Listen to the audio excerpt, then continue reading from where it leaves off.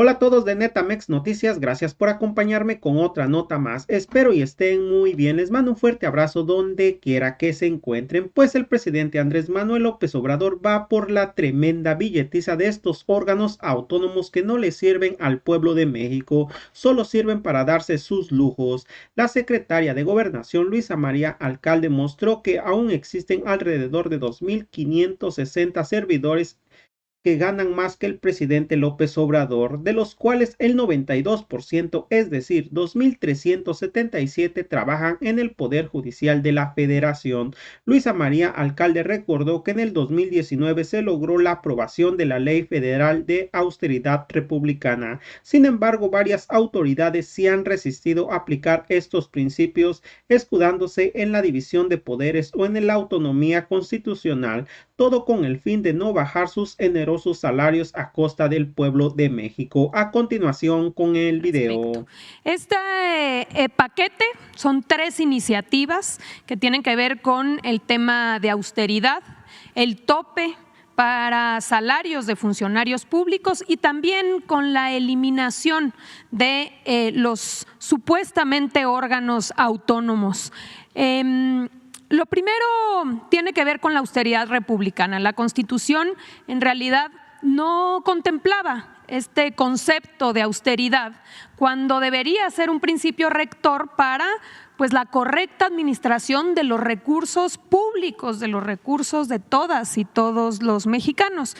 Y aunque quizá algunos recordarán que en el 2019 se aprobó la Ley Federal de Austeridad Republicana, que ha permitido liberar muchísimos fondos porque se acabaron los privilegios, se acabaron los gastos superfluos. Lo cierto es que también varias autoridades se han venido resistiendo a aplicar estos principios, escudándose muchas veces en la división de poderes, en la autonomía constitucional, en la soberanía de los estados. Entonces, hemos ahorrado muchos recursos, pero también ha habido resistencias. ¿Cuál es la propuesta? Adelante. La propuesta es establecer primero el principio de austeridad republicana en el artículo 134 constitucional para que los recursos públicos se administren y ejerzan responsablemente. Por el otro lado, es facultar al Congreso de la Unión para que pueda expedir una ley general de austeridad republicana que sea obligatoria para todos los poderes, para todos los niveles, para todas las autoridades estatales, sin ningún tipo de excepción. Prohibir la adquisición de bienes o servicios que no sean indispensables para las funciones propias del servicio público, es decir, eliminar cualquier tipo de gasto superfluo o que no sea necesario, y prohibir los esquemas que todavía vemos en algunas dependencias de jubilaciones, pensiones, retiros privados, de seguros de separación, de gastos médicos privados también pagados con recursos públicos, de cajas de ahorro, de seguros de vida, de cualquier tipo de privilegio que sea pagado con recursos públicos. Adelante. Por el otro lado está este pilar dentro de las iniciativas que tiene que ver con las remuneraciones que hoy violan la Constitución. Desde 2009, el artículo 127 constitucional establece que ningún funcionario público puede ganar más que el presidente. Pero en los hechos hay funcionarios públicos que ganan más que el presidente. Aquí está la tabla. Existen 2.560 funcionarias y funcionarios federales que hoy violan este principio constitucional. 2.377 pertenecen al Poder Judicial Federal y 182 pertenecen a 4 órganos autónomos. Si lo vemos en recursos públicos, estamos hablando de más de 2.264 millones de pesos que se concentran aquí. Y también a nivel estatal existe un número importante de funcionarios que también tienen salarios por encima del tope presidencial. Han sido varios las excusas, los pretextos por los cuales se ha venido evadiendo esta obligación constitucional o este concepto. Adelante. Por eso, ¿qué estamos proponiendo? Ser lo más claros posibles respecto a cómo se calcula el tope, porque el pretexto ha sido no sabemos cuánto se gana, no sabemos qué se integra dentro de ese salario. Entonces, que la propia Constitución establezca que ningún servidor público podrá ganar más que el presidente de la República, cuya remuneración no superará 73 veces el valor anual de la unidad de medida de actualización, de la UMA. Entonces, se establece que la UMA anual por 23 veces da una cantidad específica, que es ese el monto máximo que cualquier funcionario público puede ganar. Es así que se ajustan todas las remuneraciones de los servidores públicos, tanto federales como locales, al tope máximo establecido. Y una cosa fundamental, ya habíamos presentado aquí la reforma de pensiones, habíamos dicho que parte importante de los recursos iba a venir de varios ahorros. Bueno, hoy se establece en los transitorios que todos los ahorros se van a destinar al Fondo de Pensiones para el Bienestar. Adelante. Y finalmente está el tema de la eliminación de estos órganos autónomos, entre comillas. Sabemos que en las últimas décadas se han creado estos órganos constitucionales autónomos con funciones que antes estaban en las secretarías de Estado, funciones que ya existían y que formaban parte de la administración pública federal. Todo ello bajo el argumento de que iba a permitir su independencia, tomar mejores decisiones, garantizar mejor la regulación en el mercado, que no hubiese injerencias externas. Pero en los hechos conocemos que eso no sucedió. La creación de estos órganos no ha significado mayor independencia, mejor desempeño, al contrario, ha significado mayor gasto. Son órganos muy costosos con infraestructura y estructuras robustas que han venido duplicando funciones y también debilitando la rectoría del propio Estado. Entonces, ¿qué estamos proponiendo? Adelante. Que se eliminen esas duplicidades, que se desaparezcan estos 7 órganos autónomos o reguladores y que esas funciones regresen a las dependencias. También desaparecer 17 organismos descentralizados y desconcentrados para que formen parte de las dependencias hoy responsables, y algo importante, porque ha sido también producto de desinformación. Todo ello respetando los derechos de las y los trabajadores. Y con todo esto que nos ahorremos, nuevamente vamos a seguir nutriendo y financiando el Fondo de Pensiones para el Bienestar. Vamos a ver algunos ejemplos. Aquí está el INAI, por ejemplo, el Instituto Nacional de Transparencia y Acceso a la Información.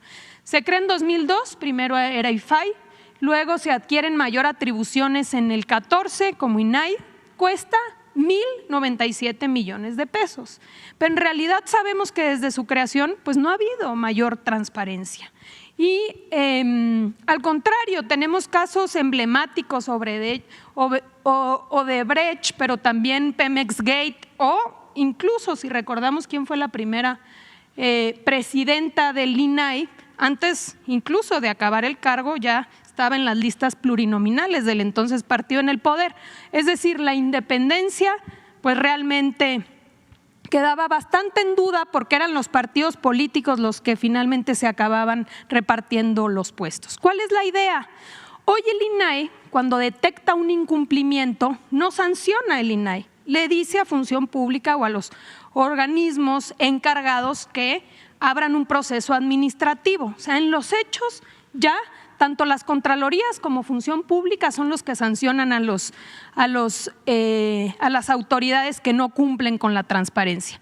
Pues regresar a eso, que en la Administración Pública Federal sea Función Pública, para el Poder Legislativo las contralorías, y así en el caso del Poder Judicial y de las otras autoridades obligadas a transparentar la información, si no lo hacen, que puedan tener mecanismos ágiles y eficientes para sancionar a los funcionarios públicos. Adelante.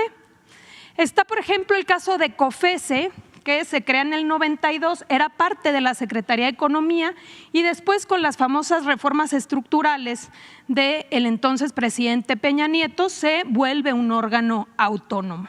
Hoy nos cuesta 688 millones de pesos y la verdad es que no ha resuelto casos relevantes. De lo que más se conoce pues son las limitaciones y sanciones que pone en el caso de Pemex, de CFE y de empresas del Estado. La idea es que regrese a la Secretaría de Economía. Adelante. Está el IFT, el Instituto Federal de Telecomunicaciones. Se crea en el 96, era un órgano desconcentrado de la Secretaría de Comunicaciones y Transportes y después, igualmente en las reformas estructurales, en el 2013 se vuelve un organismo autónomo. Cuesta 1.680 millones de pesos y tampoco ha sido efectivo para combatir los monopolios en el sector de telecomunicaciones y de radiodifusión, pese a que tiene una estructura gigantesca de costos elevadísimos. Dado que el IFT no ha servido para combatir los monopolios, al contrario, ha defendido a varios de ellos, conocemos sus resoluciones, la idea es que pueda regresar a la Secretaría de Infraestructura, Comunicaciones y Transportes. Adelante. En el caso de los órganos reguladores coordinados en materia energética tenemos dos, está la Comisión Reguladora de Energía, la CRE, y está la Comisión Nacional de Hidrocarburos, creada en 2008 como órgano sectorizado de la Secretaría de Energía. Tienen un presupuesto conjunto de más de 500 millones de pesos. Habemos entregado varios permisos, concesiones a empresas extranjeras. La idea es que pueda ser la Secretaría de Energía la rectora en la política energética y regresar esas funciones a esta dependencia. Y finalmente, adelante. En el caso de Coneval, que se crea en 2004 como un organismo descentralizado sectorizado de la Secretaría de Desarrollo, después adquiere su autonomía en 2014. Si bien las actividades del Coneval en la medición de la pobreza y la evaluación de las políticas públicas de desarrollo han sido sumamente importantes, sus funciones tienen mucha similitud con lo que hoy realiza el INEGI. Por eso la idea es que este papel que hoy lleva a cabo el Coneval pueda formar parte de el INEGI con la autonomía necesaria. Y Mejoradú, que se crea en 2013, que sustituye al Instituto para la Evaluación de la Educación, en el marco de la reforma educativa se propone que pueda formar parte de la Secretaría de Educación Pública. Con ello nos ahorraríamos varios millones de pesos que formarían parte del fondo de las pensiones. Es cuanto, presidente. Así es, amigos, como terminaron de escuchar esta información, la propuesta es establecer primero el principio de austeridad republicana en el artículo 134 de la Constitución para que los recursos públicos se administren y ejerzan con responsabilidad.